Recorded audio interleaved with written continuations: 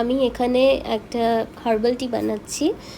Actually আমি প্রথমে green টিটা একটু বানিয়ে নিয়ে তারপর ওটার মধ্যে আরেকটু জল অ্যাড করে কালো জিরে, লবঙ্গ, দারচিনি আর তুলসী পাতা দিয়ে একটুখানি ওটা ফুটতে দিয়েছি। ওটা জলটা না অনেকটাই যখন ফুটে যাবে তারপর ওটাতে কাপে নিয়ে তারপর ওর মধ্যে একটুখানি ঘি অ্যাড করেছি।